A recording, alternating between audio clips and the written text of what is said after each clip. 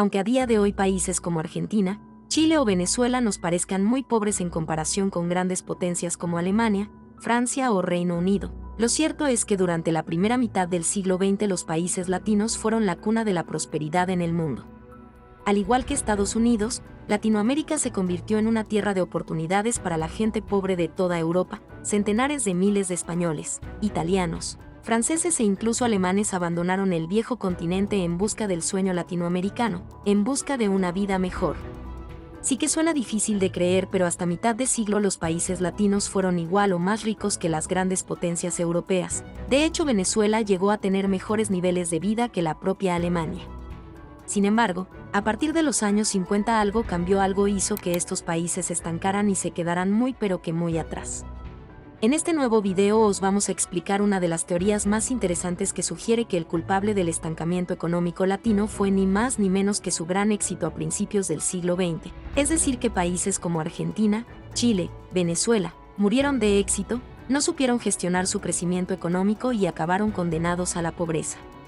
21 de noviembre de 1947, La Habana, Cuba. Un grupo de hombres trajeados con importantes cargos políticos y reunidos bajo la bandera de la ONU tomó una decisión que cambió el rumbo económico de Latinoamérica para siempre. Esta decisión fue el origen de todos los males económicos que Latinoamérica afrontó a partir de entonces. Pero vayamos por partes. ¿Por qué fue tan importante esa reunión en La Habana? ¿Qué tuvo que ver la ONU en todo esto? ¿Cuál fue esa terrible decisión? El principio de toda esta historia comienza en el campo entre el siglo XIX y la primera mitad del siglo XX. América Latina se convirtió en el granero del mundo. Por aquella época América era un territorio de tierras amplias y fértiles listas para producir a lo largo y ancho del mundo, la carne argentina, el café colombiano, el caucho brasileño. Todos estos son ejemplos conocidos por todo el mundo, pero también hay minerales como el cobre chileno. Todos ellos fueron las bases del gran éxito económico de la región. De alguna forma el capitalismo del siglo XIX dividió al mundo en dos grandes bloques, por una parte, Europa y Estados Unidos, que se dedicaban a la producción industrial, y por otra parte América Latina, que se dedicaba sobre todo a la producción de las materias primas.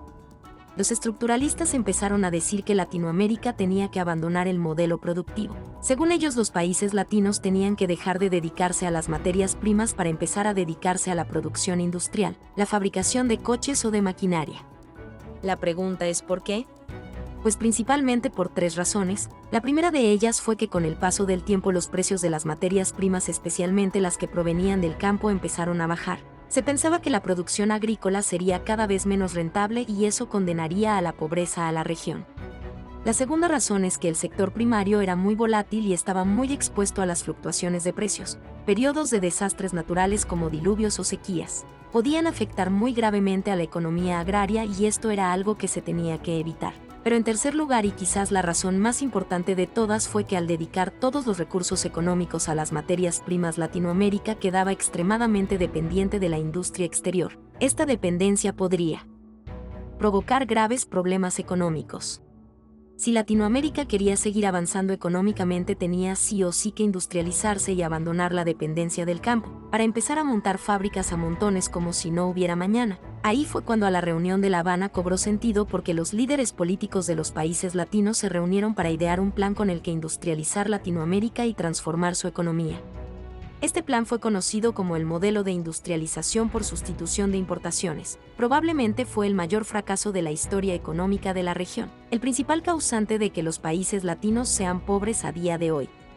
ICI, por sus siglas, consistió en prácticamente prohibir los productos del extranjero y obligar a los ciudadanos a comprar productos fabricados exclusivamente en territorio latinoamericano. Bueno, en territorio latinoamericano no, en el territorio de cada país de turno. ¿Y por qué? Pues la lógica detrás de todo esto fue que si los ciudadanos solo podían comprar en empresas locales, esas empresas podrían ganar más dinero y así desarrollarse mucho más que si tenían que competir con las empresas del extranjero.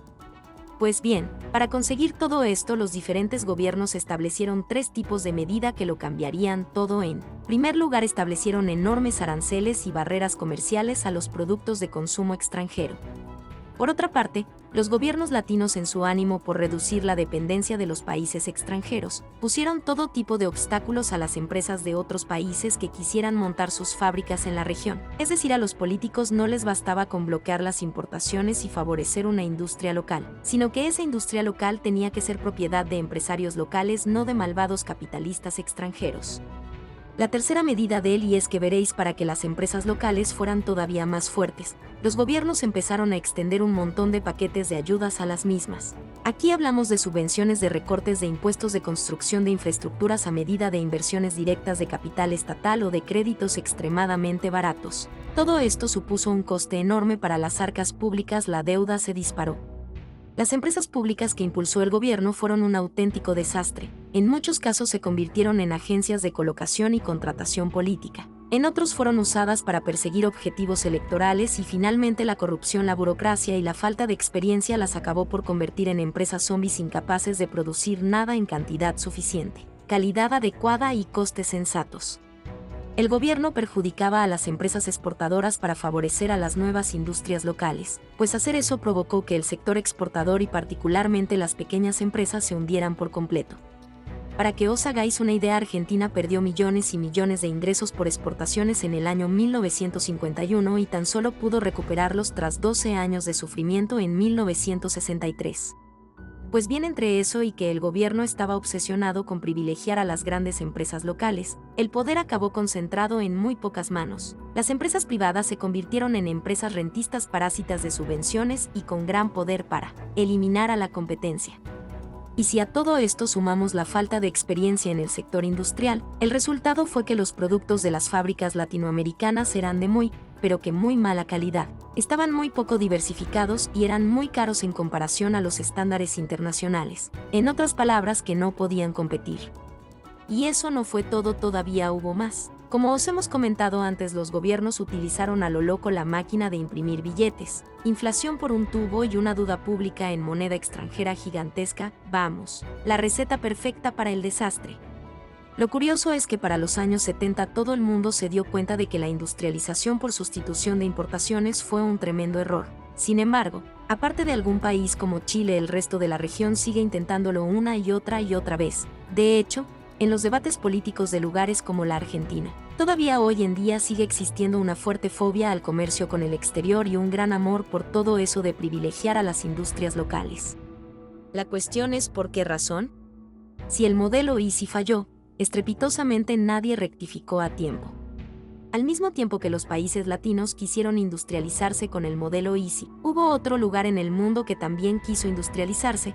Aquí hablamos del este asiático, con países como Taiwán o Corea del Sur. La cuestión es que estos países no utilizaron el modelo Easy para industrializarse, sino que utilizaron el modelo de industrialización orientado a las exportaciones, o EOI por sus siglas.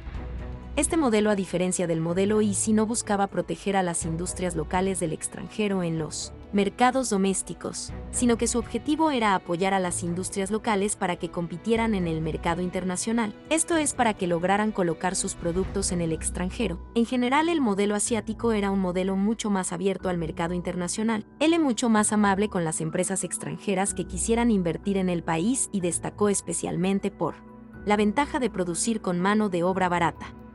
Como ya sabéis, este modelo fue un éxito rotundo. Países como Corea del Sur o Taiwán son increíblemente ricos a día de hoy, y gracias a competir en el extranjero y no disfrutar de locales privilegiados, empresas como Samsung o TSMC se volvieron realmente exitosas. Aún así, los países latinoamericanos no siguieron pasos como los de los asiáticos, y al día de hoy algunos continúan implementando modelos que han fracasado un sinnúmero de veces.